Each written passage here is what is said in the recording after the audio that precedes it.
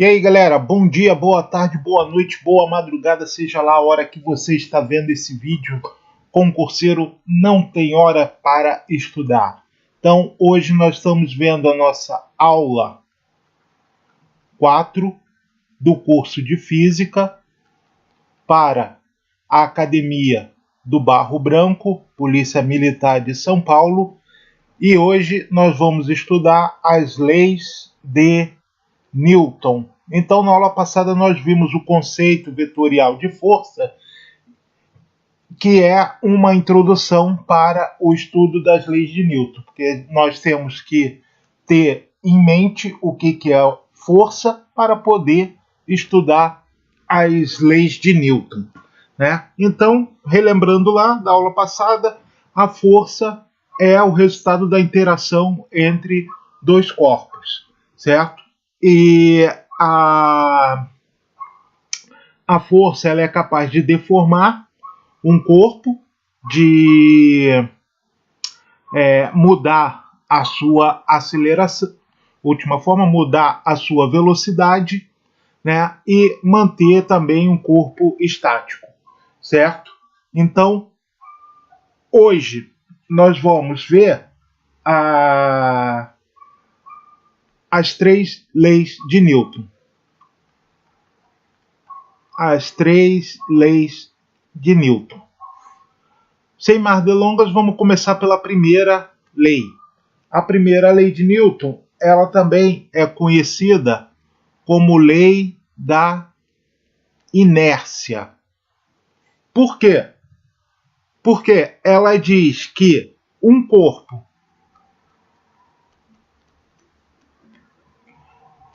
em repouso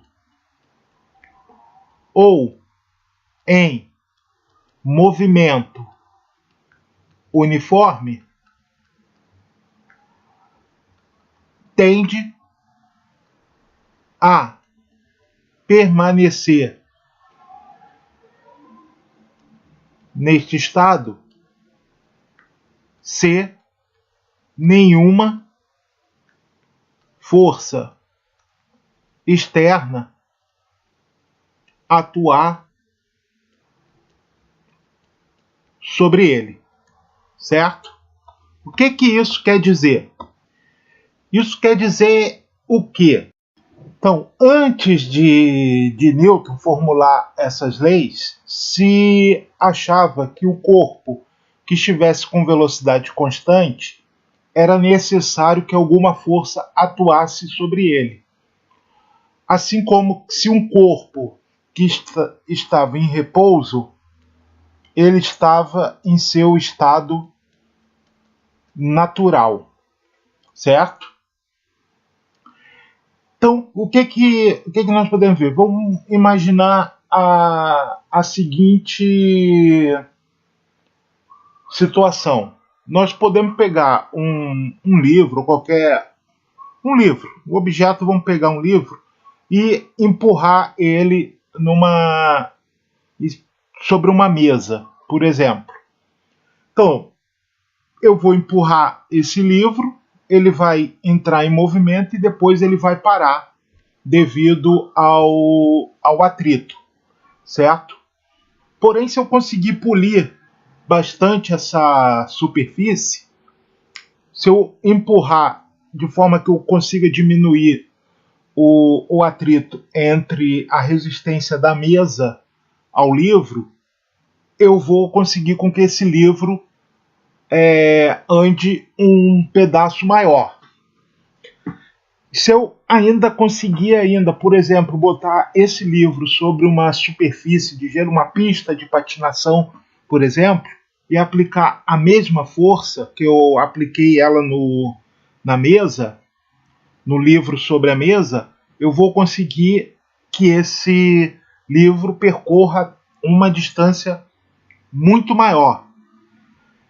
E se eu ainda conseguir mais ainda, como se consegue em laboratório hoje, fazer em colchões de ar, né, em superfícies polidas, com que um objeto consiga deslizar sobre um colchão, uma fina camada de ar, eu vou fazer com que esse objeto, com esse livro, ele percorra uma distância muito maior ainda do que a do gelo. O que isso tem a ver? O que isso quer nos dizer?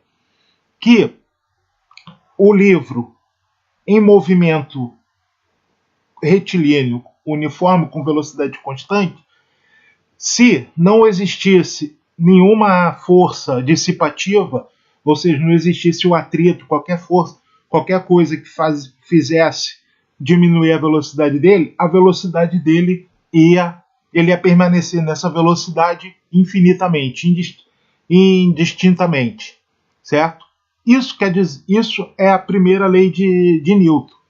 Então quer dizer que se um corpo que está em repouso ou em movimento uniforme, ele tende a permanecer nesse estado se nenhuma força externa atuar sobre ele.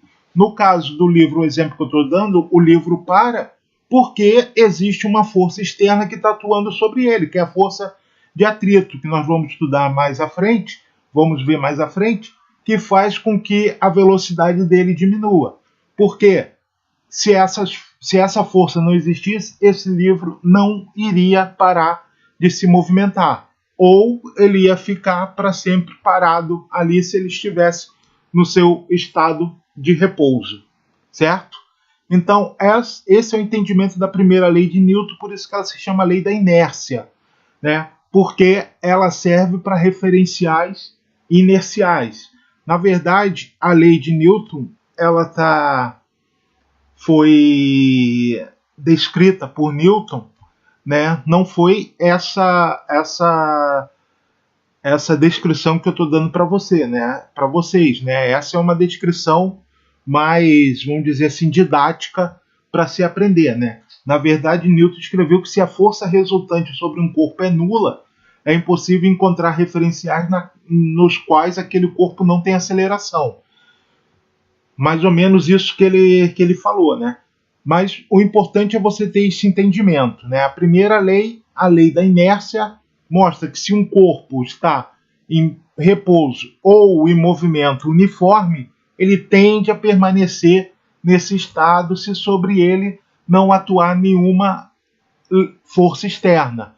Daí vem aquele velho exemplo do ônibus. Você está em pé no ônibus lá, ou sentado, e de repente o motorista freia bruscamente com o ônibus.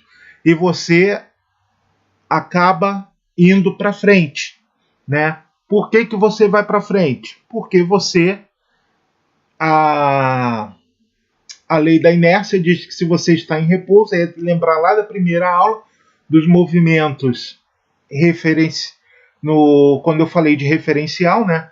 Se você está em repouso ou em movimento uniforme com velocidade constante, você tende a permanecer nesse estado de movimento, se nenhuma força atuar sobre você. No momento que o ônibus freia, a sua tendência é você continuar no seu movimento que o ônibus estava fazendo em referência ao solo, né?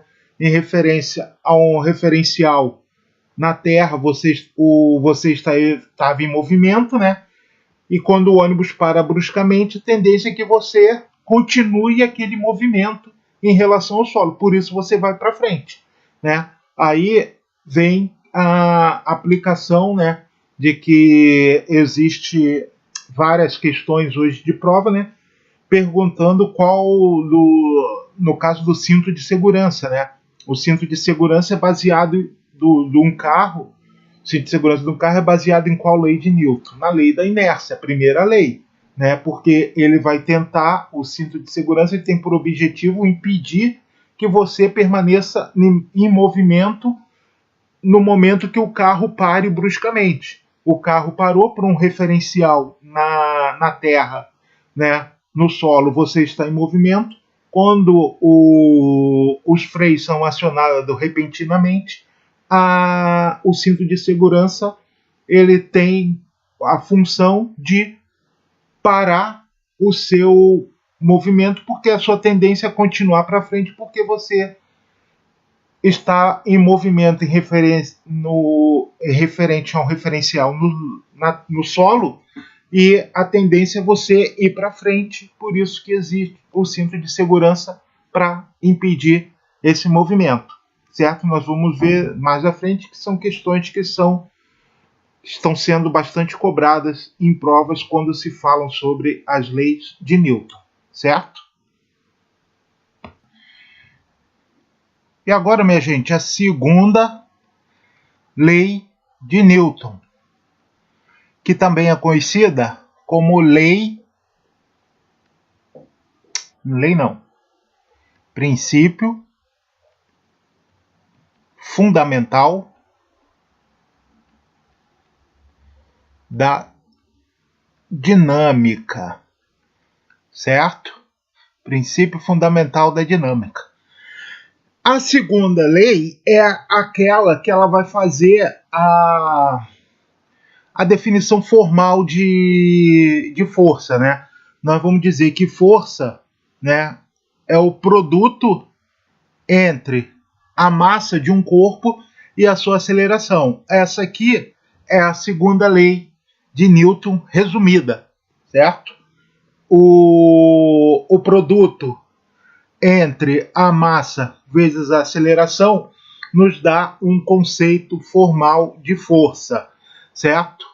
Se nós pegarmos as unidades do sistema internacional, nós vamos ver que força, qual vai ser a unidade? Massa, no sistema internacional, é quilograma, certo? E a aceleração, como nós já vimos, é metro por segundo ao quadrado. Então, força é quilograma vezes metro segundo ao quadrado. E isto aqui é o que nós chamamos de Newton, certo? Então, no sistema internacional, a unidade de força é Newton, em homenagem, evidentemente, a Isaac Newton, que formulou a lei, certo? Então, assim como na primeira lei, a segunda lei, se você pegar o livro lá do Newton, Principia, você nunca vai ver esta equação aqui. Essa equação não está no livro. Essa equação aqui, ela é coisa atual, cerca de do século XX, certo? É uma definição do século XX, né? Newton escreveu isso no ano de 1600 e pouco, e ele nunca utilizou isso aqui, né? Isso aqui nunca foi utilizado por Newton. Newton escreveu que força é a variação temporal do momento linear de um corpo, certo? Variação do momento linear de um corpo. Né? Isso aqui é uma derivada, né? Não é uma divisão, né? É uma derivada. E o momento linear, nós sabemos que é massa vezes velocidade, né? Sobre dt, sobre o tempo, né? Só que velocidade sobre o tempo, nós sabemos que é aceleração. Então isso é igual, força é igual a massa vezes aceleração. Mas se nós formos procurar lá no princípio, não existe essa fórmula lá. Essa fórmula é recente, certo? Mas é o que nós usamos, é o que vai ser usado. Se você precisar na hora da sua prova, vai ser essa equação aqui que você vai usar, certo? Então, a segunda lei é essa, força é igual a massa vezes aceleração, né? E a parte de força nós já vimos isolado lá na aula passada, certo? E vamos já seguir em frente e vamos ver a terceira lei e depois nós vamos partir para os exercícios, que é o que interessa, né? Antes de falar da segunda lei, eu queria falar também sobre algumas forças específicas, certo? Já falei da força normal na aula passada, né, que seria aquela força de contato ali que tem a ver com a área de... Eu dei um exemplo de um livro sobre uma mesa, um tijolo, sei lá, né, da área de contato, né, e a reação normal, né? E nós temos também a força-peso, né? Falei também da força-peso, né? Que é uma força que sempre aponta para baixo, né? Que devido à atração gravitacional, né? Essa força-peso ela aponta para baixo. E hoje é importante a gente frisar aqui que peso é diferente de massa, certo? Essa massa aqui que está aqui na equação do Newton não é o peso, certo?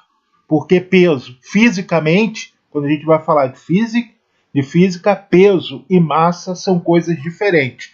Nós temos diariamente, o conceito de massa é um conceito diário nosso, né, de peso, aliás, né, é um conceito diário nosso que nós vamos se pesar na balança, nós vamos comprar alguma coisa no supermercado, a gente pergunta qual é o peso, quanto é que custa o quilo dessa carne, dessa fruta, desse alimento qualquer, né? Então pode haver essa confusão, mas nós temos que na física nós temos que diferenciar peso de massa, até porque massa é uma grandeza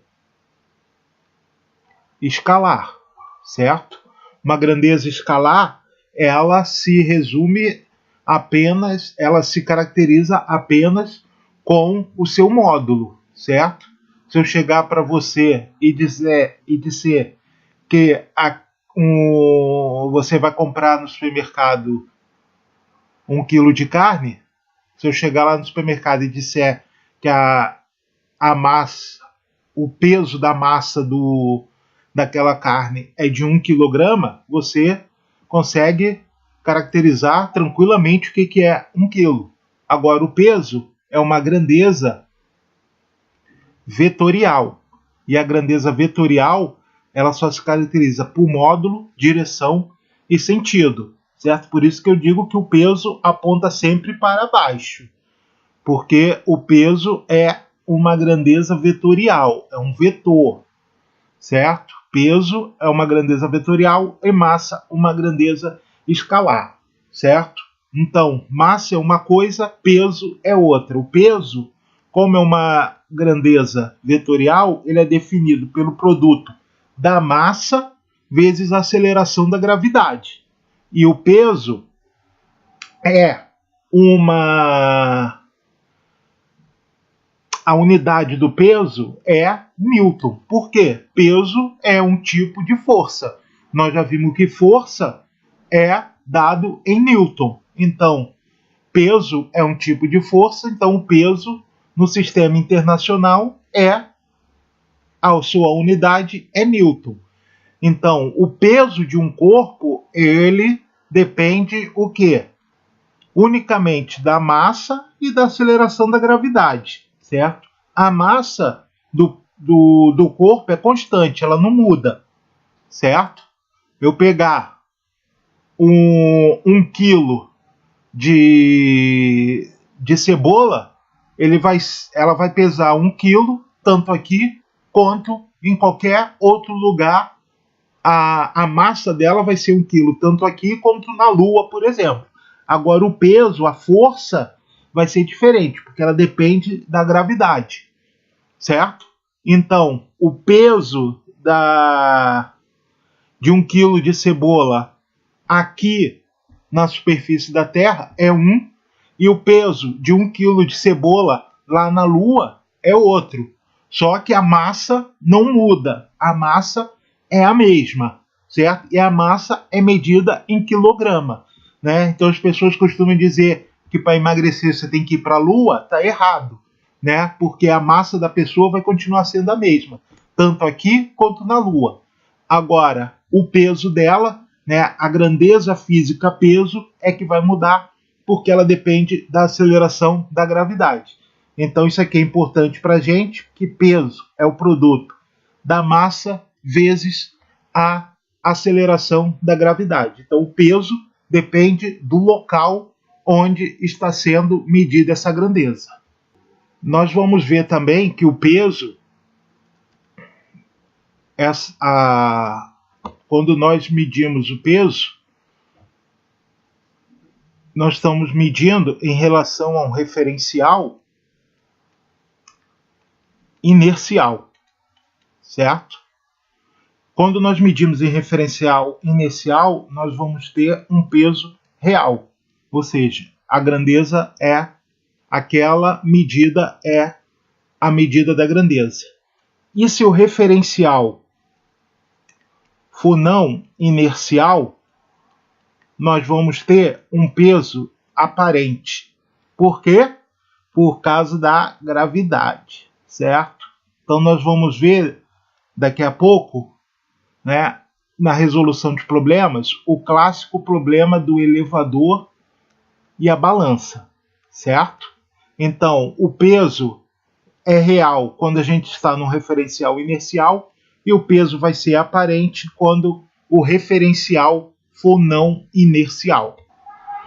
Outra força que nós vamos estudar, eu já falei para vocês também na aula passada, é a força normal, certo? Que é uma força de reação à força-peso, né?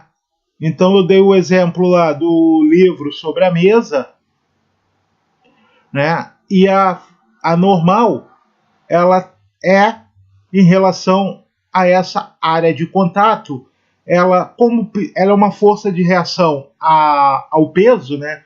Então, se o peso aponta para baixo, ela vai ser sempre, ela aponta para cima, certo? É o para ação e reação da força-peso, né? Mas Ricardo, por que tem um nome normal? Normal, para quem já estudou matemática ou fez um curso superior, normal vem de um vetor que se chama em matemática normal, que quer dizer que ele é perpendicular, certo? Perpendicular o quê? A trajetória, certo? Então, por isso que é a força normal. E a normal, ela é igual ao peso, certo? Então, se o peso é o produto da massa vezes a gravidade, a força normal também será o produto da massa pela gravidade, certo? Outra força que nós vamos ver bastante é a força de atrito. Também já falei na aula passada que, via de regra, a força de atrito ela é uma força que se opõe ao movimento, certo? Via de regra, porque há situações mais específicas que isso não acontece, mas não é objeto do nosso estudo. No nosso estudo aqui, basta saber que a força de atrito é uma força que se opõe ao movimento.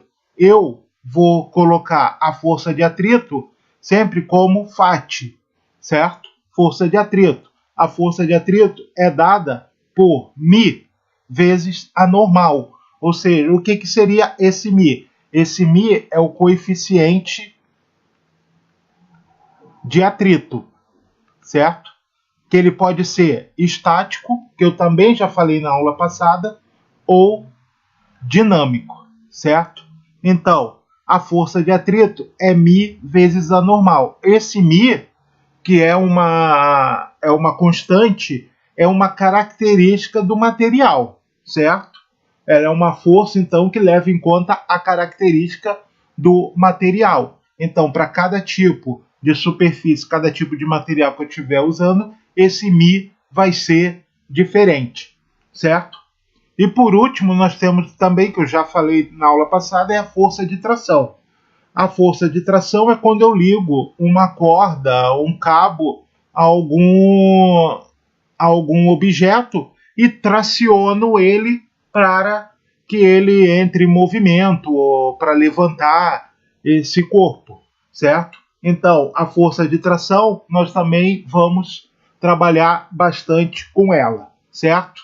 Então, basicamente essas 4 forças que nós vamos encontrar nos nossos problemas e vamos ver agora, por fim, a terceira e última lei, a terceira lei de Newton, certo? Vamos lá, então agora a terceira...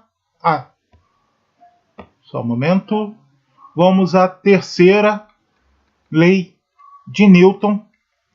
Talvez seja aquela lei que mais conhecida, né? Mais no nosso cotidiano, que é a lei de ação e reação. A terceira lei, ela diz que se um corpo A exerce uma força em outro corpo B, B exercerá em A uma força de mesma intensidade e direção, porém de sentido contrário. Isso quer dizer o quê?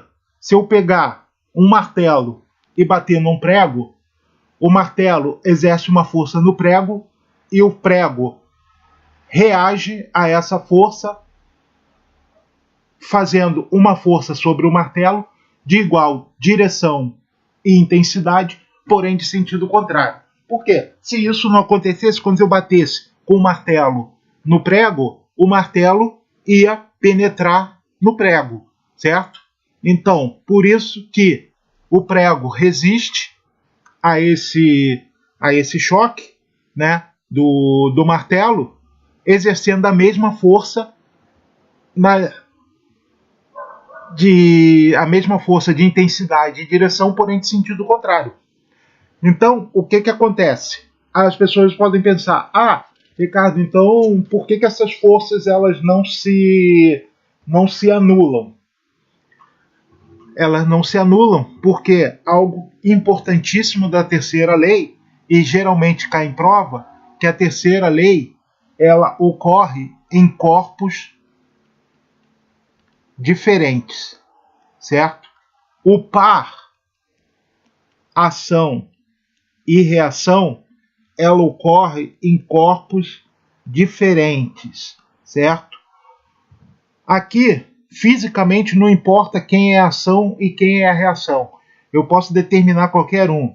Eu posso dizer que o martelo tem uma ação sobre o prego e ele exerce uma força F1 qualquer.